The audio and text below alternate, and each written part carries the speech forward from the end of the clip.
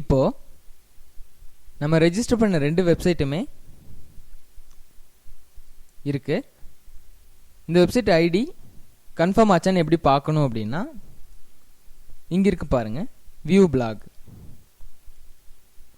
So first Ileana ஃபோட்டோஸுங்கிற வெப்சைட்டை நம்ம ரெஜிஸ்டர் பண்ணோம். இப்போ இதை நான் ரைட் கிளிக் பண்ணி நியூ டேப்பில் ஓப்பன் பண்ணுறேன். அதே போல் இலியானா ஃபோட்டோஸ் கேலரியும் ரெஜிஸ்டர் பண்ணியிருக்கோம். இதையும் நான் ஓப்பன் பண்ணுறேன். இப்போ இங்கே பார்த்தீங்கன்னா இலியானா ஃபோட்டோஸ் .blogspot.in அப்படின்னு ரெஜிஸ்டர் ஆகிருக்கு. நம்ம ரெஜிஸ்டர் பண்ணும்போது இலியானா photos.blogspot.com அப்படின்னு இருந்தது. இங்கே .in இருக்குது.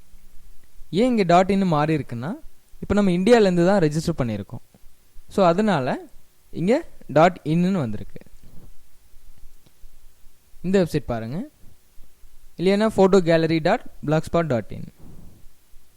இப்போ 2 வெப்சைட்டுமே ரெஜிஸ்டர் ஆகிருக்கு. ஆனால் இந்த வெப்சைட்டோட டெம்ப்ளேட் பார்த்தீங்கன்னா வேறு மாதிரி இருக்குது. இந்த வெப்சைட்டோட டெம்ப்ளேட் வேறு மாதிரி இருக்குது. டெம்ப்ளேட்னால் எதுவும் இல்லை, நம்ம ஷோ பண்ணுற ஒரு தீம்.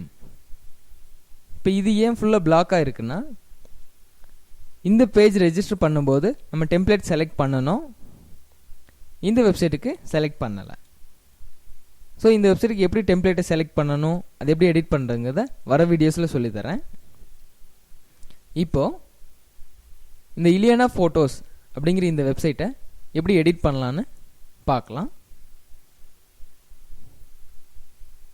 இப்போது எடிட் பண்ணுறதுக்கு முன்னாடி நான் ஃபஸ்ட்டே சொல்லியிருக்கேன், நீங்கள் லாகின் பண்ணால் இது இந்த பேஜுக்கு பேர் டேஷ்போர்ட். இதில் வெப்சைட்லாம் லிஸ்ட் ஆகுன்னு சொல்லியிருக்கேன். இப்போ இங்கே வந்து 2 வெப்சைட்டோட லிஸ்ட்டு வந்திருக்கு, Ileana photos gallery, Ileana photos. இப்போ இது போல் நீங்கள் எவ்வளோ வெப்சைட் ரெஜிஸ்டர் பண்ணாலும் இந்த பேஜில் உங்களுக்கு தெரியும். ஸோ நீங்கள் எதை வேணாலும் இண்டிவிஜுவலாக எடிட் பண்ணலாம். ஸோ இந்த இலியானா ஃபோட்டோஸில் ஸ்டார்ட் போஸ்டிங் அப்படின்னு ஆப்ஷன் இருக்குது.